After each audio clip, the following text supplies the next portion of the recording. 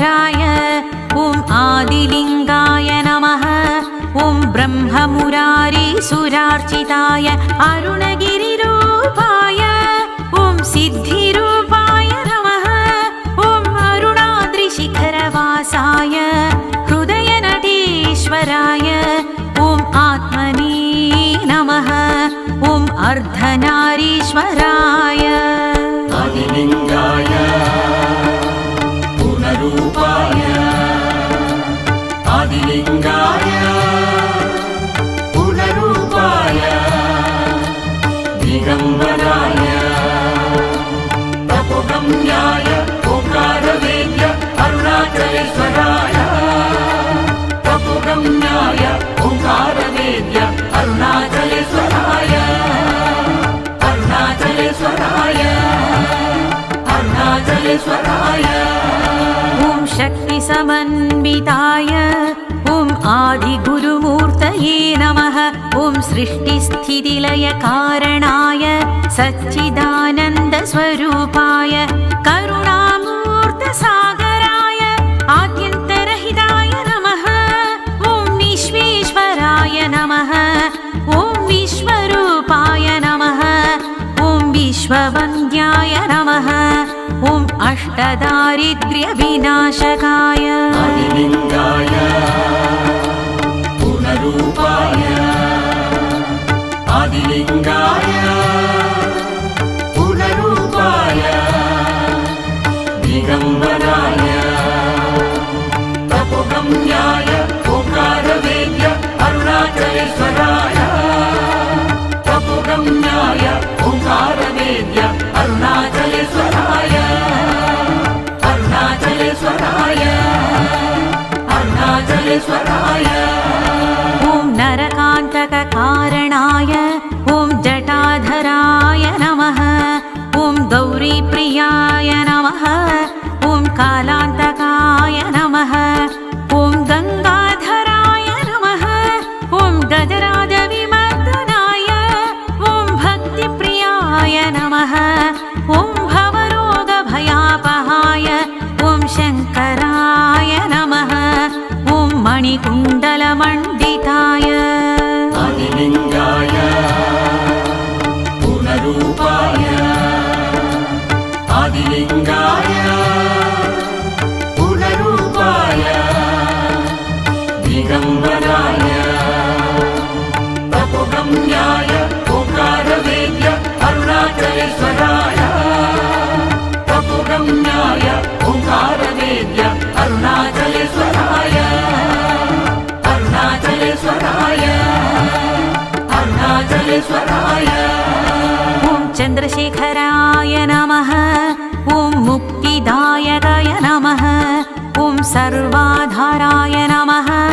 ॐ शिवाय नमः ॐ जन्मदुःखविनाशकाय कामदहनाय नमः ॐ रावणदत्तविनाशकाय सुगन्धलेपिताय ॐ सिद्धसुरासुरवन्दिताय दक्षसुयज्ञविनाशकाय आदिलिङ्गाय पूर्णरूपाय आदिलिङ्गाय पूर्णरूपाय दिगम्बराय तपोगम्याय ओंकारवेद्य अरुणाचलेश्वराय तपोगम्याय ओंकारवेद्य अरुणाचलेश्वराय अरुणाचलेश्वराय अरुणाचलेश्वराय ॐ पङ्कजहर सुशोभिताय सञ्चितपापविनाशकाय गौतमादिमुनिपूजिताय निर्मलाय नमः ॐ परब्रह्मणे नमः ॐ महादेवाय नमः ॐ त्रिशूलधराय नमः ॐ पार्वतीहृदयवल्लभाय प्रमथनाथाय नमः ॐ वामदेवाय नमः आदिलिङ्गाय पूर्णरूपाय आदिलिङ्गाय पूर्णरूपाय दिगम्बराय तपोगम्याय ओंकारवेद्य अरुणाचलेश्वराय तपोगम्याय ओंकारवेद्य अरुणाचलेश्वराय अरुणाचलेश्वराय अरुणाचलेश्वराय ॐ रुद्राय नमः ॐ श्रीनीलकण्ठाय नमः ॐ वृषभध्वजाय नमः ॐ वृषभवाहनाय नमः ॐ पञ्चवक्त्राय नमः ॐ पशुपते नमः ॐ पशुपाशविमोचकाय ॐ सर्वज्ञाय नमः ॐ भस्मागरागाय नमः ॐ नृकपालकलापमालाय आदिलिङ्गाय पूर्णरूपाय आदिलिङ्गाय पूर्णरूपाय दिगम्बराय तपोगम्याय ओंकारवेद्य अरुणाचलेश्वराय तपोगम्याय ओंकारवेद्य अरुणाचलेश्वराय अरुणाचलेश्वराय अरुणाचलेश्वराय ॐ मृत्युञ्जयाय नमः ॐ त्रिनयनाय नमः ॐ त्रिगुणातीताय नमः ॐ त्रिभुवनेश्वराय नमः ॐ नारायणप्रियाय नमः ॐ सगुणाय नमः ॐ निर्गुणाय नमः ॐ महेश्वराय नमः ॐ पूर्णरूपाय नमः ॐ ओंकाररूपाय नमः आदिलिङ्गाय पूर्णरूपाय आदिलिङ्गाय पूर्णरूपाय दिगम्बराय तपोगम्याय ओंकारवेद्य अरुणाचलेश्वराय तपोगम्याय ओंकारवेद्य अरुणाचलेश्वराय अरुणाचलेश्वराय अरुणाचलेश्वराय ॐ ओंकारवेद्याय नमः ॐ तुर्यातीताय नमः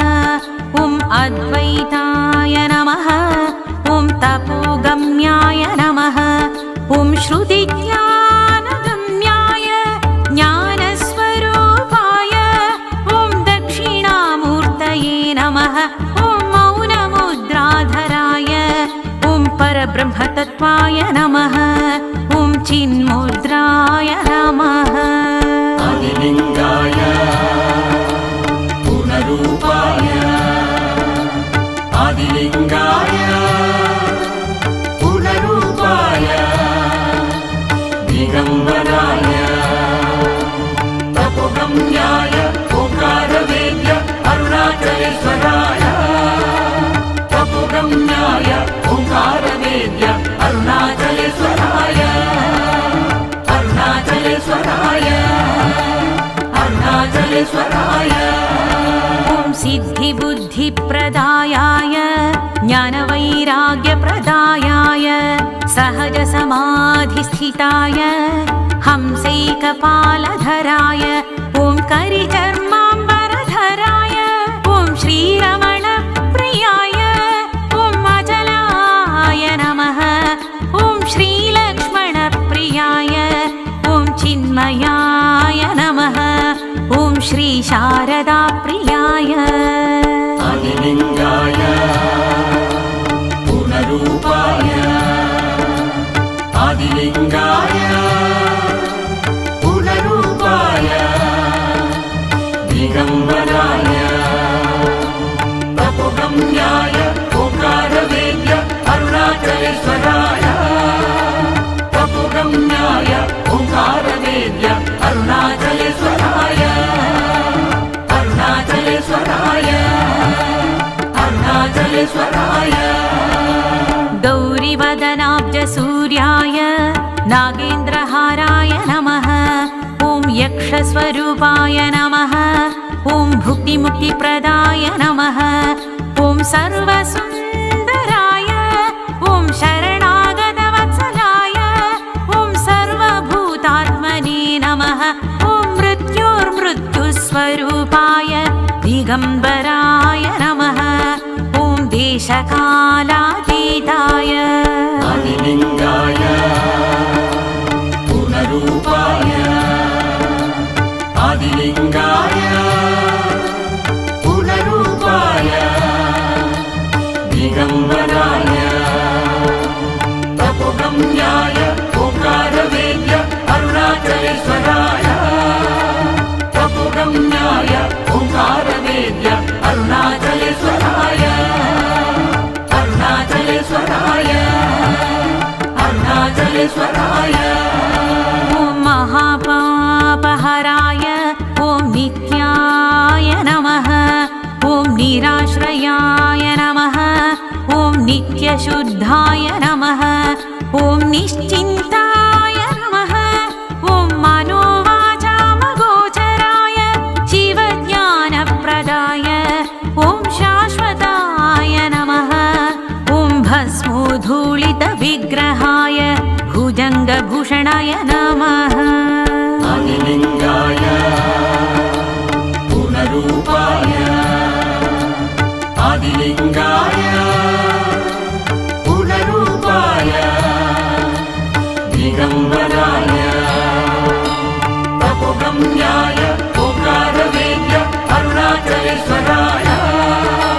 तपोगम्याय ओंकारवेद्य अरुणाचलेश्वराय अरुणाचलेश्वराय अरुणाचलेश्वराय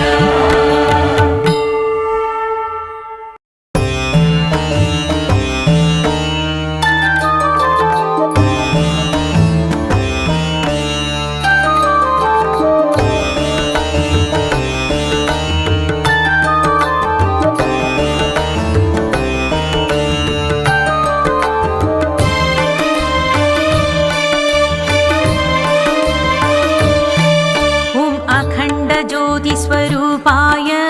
अरुणाचलेश्वराय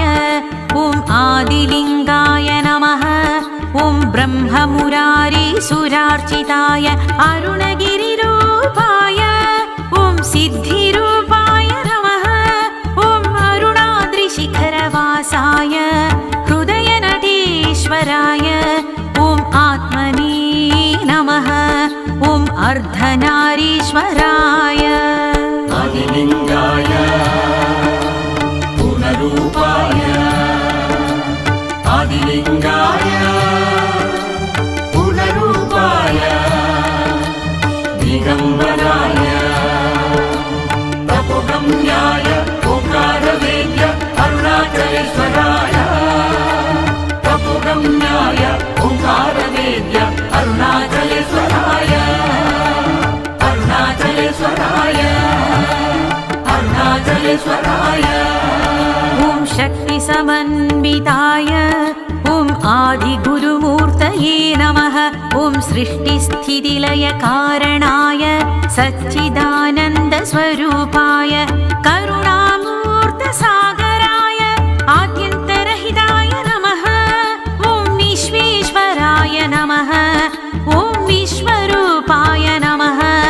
ॐ विश्ववन्द्याय नमः ॐ अष्टदारिद्र्यविनाशकाय आदिलिङ्गाय पुनरूपाय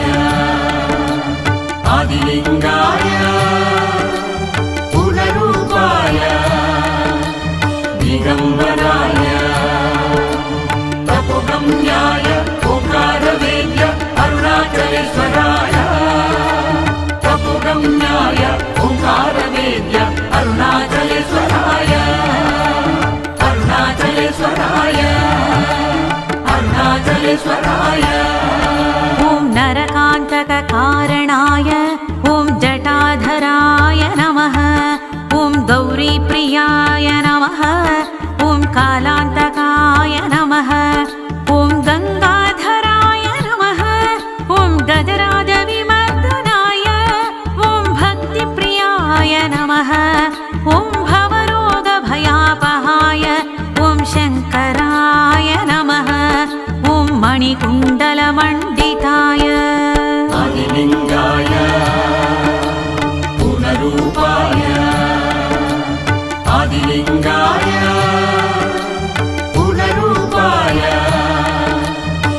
दिगम्बराय तपोगम्याय ओंकारवेद्य अरुणाचलेश्वराय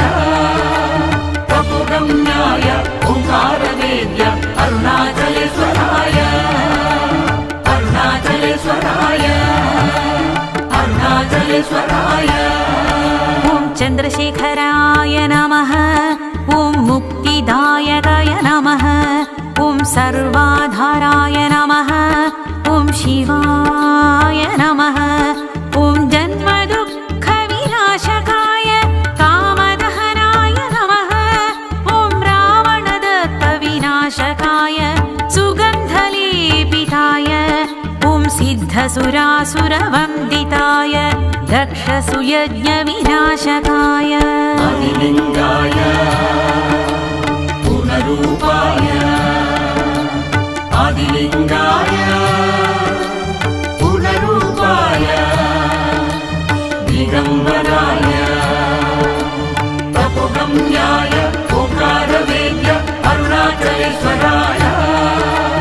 तपोगम्याय ओंकारवेद्य अरुणाचलेश्वराय अरुणाचलेश्वराय अरुणाचलेश्वराय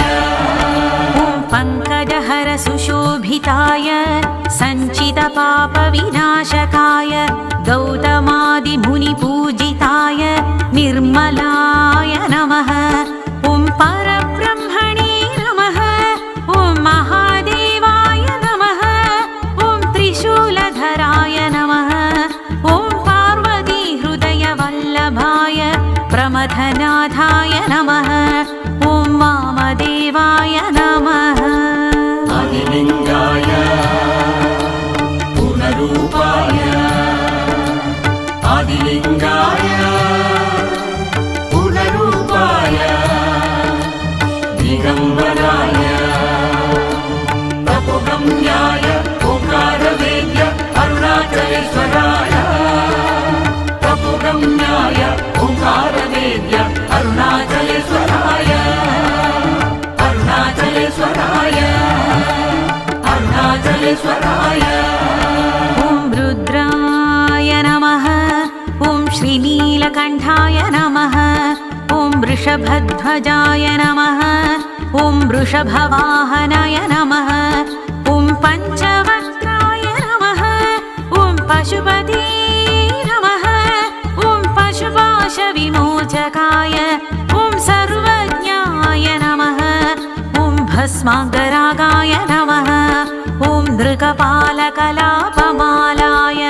आदिलिङ्गाय पूर्णरूपाय आदिलिङ्गाय पूर्णरूपाय दिगम्बराय तपोगम्याय ओंकारवेद्य अरुणाचलेश्वराय तपोगम्याय ओंकारवेद्य अरुणाचलेश्वराय अरुणाचलेश्वराय अरुणाचलेश्वराय ॐ मृत्युञ्जयाय नमः ॐ त्रिनयनाय नमः ॐ त्रिगुणातीताय नमः ॐ त्रिभुवनेश्वराय नमः ॐ नारायणप्रियाय नमः ॐ सगुणाय नमः ॐ निर्गुणाय नमः ॐ महेश्वराय नमः ॐ पूर्णरूपाय नमः ॐ ओङ्काररूपाय नमः आदिलिङ्गाय पूर्णरूपाय आदिलिङ्गाय पूर्णरूपाय दिगम्बराय तपोगम्याय ओंकारवेद्य अरुणाचलेश्वराय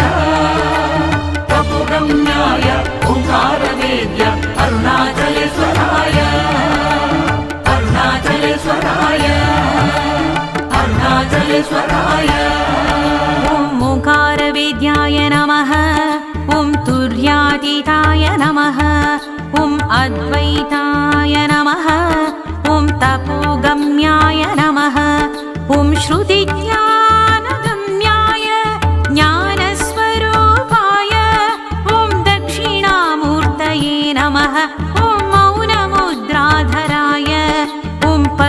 ब्रह्मतत्त्वाय नमः ॐ चिन्मुद्राय नमः आदिलिङ्गाय पूर्णरूपाय आदिलिङ्गाय